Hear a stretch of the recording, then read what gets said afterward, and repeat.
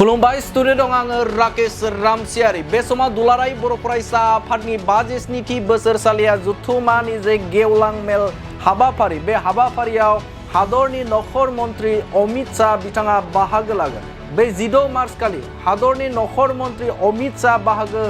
लागोनखौ बे समाव दुलाराय बर' फरायसा आफादनि गाहाय नेहाथारि, बे गाहाय नेहाथारिया माखासे गोनां बाथ्रा बुंथिदों। बे समाव थारैनो मख'नांगोन जे हादरनि नखर मन्त्रि जिहेतु बे हाबाफारियाव बाहागो लागोन आरो हाबाफारियाव बाहागो लागोनखौ नोजोर बोनानै बे समाव गोबां रैखाथि बिफान बे हाबाफारियाव बाहागो लागोन आरो बेहाय चेकिं खालामनाय जागोन। मोनफानि उनाव मोनफा बिजिर बे समाव चेकिं खालामगोन आरो बे चेकिं खालामनायाव रायजो राजाफोरखौ आगु फोरमायथि होदों एबसुनि गाहाय नेहाथारि खनिन्द्र बसुमतारी बिथाङा बुंथिदों जे मेल जागोन जायगासिम थामहिनबा गेवलां मेल जागोन जायगासिम बे समाव थांनायाव आखायाव गिदिर बेग आरो माखासे बेगफोर लांनो मोननाय नङा। मबाइल आरो गावबा गावनि थामहिनबा मानि पार्स बेफोरखौ लांनो हागोन, नाथाय बेग बे सिङाव लांनो हानाय नङा। आरो गुबुन फारसेजों दै लोंनो थाखाय बथल थामहिनबा दै बथलबो बे सिङाव सोनाय जानाय नङा आरो दैनि थाखाय बा दै लोंनो थाखाय बेबस्थाखौ बा बेनि थाग थियारिखौ बे समाव मेल जागोन सिङावनो खालामनाय जादोंखौ फोरमायथिदों एबसुनि गाहाय नेहाथारि खनिन्द्र बसुमतारी बिथाङा। नोंथांमोननो फोरमायनो लुबैदों नोंथांमोना दिनै बड'लेण्ड बुब्लिनि गेजेरजों बा खौरां बिजोंनि गेजेरजों मिथियोब्ला गोसोआव लानांगोन फैनायनि सिगां दा बेवहाय हाबनायनि सिगां मोनसे प्रट'कल दङ जे जोंनि बाहागो लागिरि नोंथांमोना बेवहाय बेग लानानै हाबनो मोननाय नङा, मना लानानै हाबनो मोननाय नङा, दै बथल लानानै हाबनो मोननाय नङा। नोंथांमोननि आखायाव लानाय मबाइल बा मानि पार्स फिसा बेफोरबायदिखौ लानो मोनगोन आरो लोंनो थाखाय बथल लानानै थांनो मोनाब्ला दैखौ माहा लोंगोन बेनि थाखाय नोंथांमोना सिन्था जिंगासिनो नाङा जे जोङो सिङाव बेवहाय प्लास्टिक पेकेट पाउचेस बेबायदि दैनि पेकेट जोङो बेवहाय डिस्ट्रिबिउट खालामगोन, जों बितरन खालामगोन। बे समाव गोबां रायजो राजाफोरानो खमैबो 2 लाख रायजो राजाफोरा बाहागो लागोन आरो 2 लाख रायजो राजाफोरखौ बिथाङा खावलायदों। बे समाव हादरनि नखर मन्त्रि जिहेतु अमित शाहया बाहागो लागोन आरो अमित शाह बाहागो लागोन जिहेतु बे समाव गोबां रैखाथि बिफाना बे समाव चेकिंनि थाखाय थागोन आरो बेहाय 100टा हाबग्रा जायगा थामहिनबा रायजो राजाफ्रा हाबलांग्रा मोनसे चेकिं पइन्ट बे समाव खालामनाय जादों होननानै फोरमायथिदों एबसुनि गाहाय नेहाथारि खनिन्द्र बसुमतारी बिथाङा। जोङो रायलायदों पुलिस डिपार्टमेन्टजों सिकिउरिटि डिपार्टमेन्टजों बिथांमोनहा जेन जोंनि रायजो राजाफोरा हाबनायनि बेलायाव जेबो उसुबिदा जाया बिनि थाखाय हाबग्रा जेनाखि लामा, हाबग्रा जिखिनि लामा बेखौ दिनै 100टानि बारा बेबायदि मोनसे चेकिं पइन्ट बेबायदि मोनसे लामा बिदि दरखं बेबायदि खालामनाय जादों जे दरखंजों जोंनि रायजो राजाफोरा उदाङै मोजाङै हाबनो हागोन। आरो बे गेवलां मेल जागोन थिलि, बे गेवलां मेल जागोन थिलियाव गिदिर बेग नोंथाङा लांनो मोननाय नङा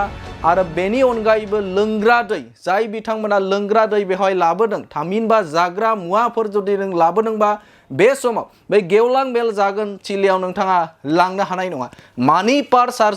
आरो मबाइलनि अनगायै नोंथांखौ बा जाय बिथांमोना बाहागो लागोन बे बाहागो लागिरिफोरा गुबुन नोङो गिदिर मुवाफोर बे सिङाव मेल जागोन थिलियाव लांनो मोननाय नङा होननानै बाथ्रा बुंथिदों एबसुनि गाहाय नेहाथारि खनिन्द्र बसुमतारी बिथाङा। दा बावहाय नंगौ जे हादरनि हादरगिरि बा गाहाय मन्त्रि आरो नखर मन्त्रि बिथांमोना बबेबा मोनसे हाबाफारियाव बाहागो लानो थाङोब्ला दिनै सिकिउरिटि डिपार्टमेन्टनिफ्राय बिथांमोननि जेनाखि प्रट'कल खानानै होनाय थायो आरो जि प्रट'कलखौ जोङो मानियाबा सोलिनो हाया बे प्रट'कलखौ जोङो मानिनांगोन। दा बेहायनो जोङो रायलायदों जे बेवहाय बांद्राय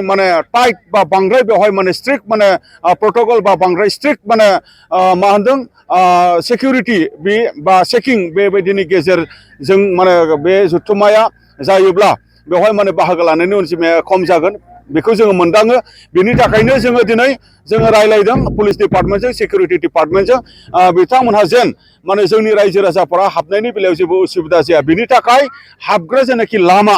हाबग्रा जिखिनि लामा बेखौ दिनै 100टानि बारा बेबायदि मोनसे माने चेकिं पॉइंट बेबायदि मोनसे लामा बिदि दरखं बेबायदि खालामनाय जादों जे दरखंजों जोंनि रायजो राजाफोरा उदाङै मोजाङै हाबनो हागोन नाथाय बेवहायनो नोंथांमोननो फोरमायनो लुबैदों नोंथांमोना दिनै बड'लेण्ड बुब्लिनि गेजेरजों बा खौरां माने बिजोंनि गेजेरजों मिथियोब्ला गोसोआव लानांगोन फैनायनि सिगां दा बेवहाय हाबनायनि सिगां मोनसे प्रट'कल दङ जे जोंनि बाहागो लागिरि नोंथांमोना बेवहाय बेग लानानै हाबनो मोननाय नङा मना लानानै हाबनो मोननाय नङा दै बथल लानानै हाबनो मोननाय नङा नोंथांमोननि आखायाव लानाय मबाइल बा मानि पार्स फिसा बेफोरबायदिखौ लानो मोनगोन आरो लोंनो थाखाय बथल लानानै थांनो मोनाब्ला दैखौ माहा लोंगोन बेनि थाखाय नोंथांमोना सिन्था जिंगासिनो नाङा जे जोङो सिङाव बेवहाय प्लास्टिक पेकेट पाउचेस बेबायदि दैनि माने पेकेट जोङो बेवहाय डिस्ट्रिबिउट खालामगोन जों बितरन खालामगोन बेनि थाखाय नोंथांमोना बेवहाय माने गोनो गोथो जानो मोननाय नङा आरो सिपियाव बा बहाबा पकेटाव बेबायदि माखासे सिखा बा दाबा बायदि मैया बेखौ जेन जोंनि माने रायजो राजा नोंथांमोना लाबोफाया बेखिनि माखासे बेसिक प्रट'कल दङ बेखौ जोङो मानिनानै सोलियोबानो बेवहाय हाबनायाव जेबो उसुबिदा जानाय नङा आरो बेवहाय गारि पार्किंनि थाखाय जोङो जिल्ला वाइजै गारि पार्किं बेबायदि जोङो खालामनाय जादों आरो बेवहाय जोङो रायलायदों जे जोंनि रायजो राजाफोरा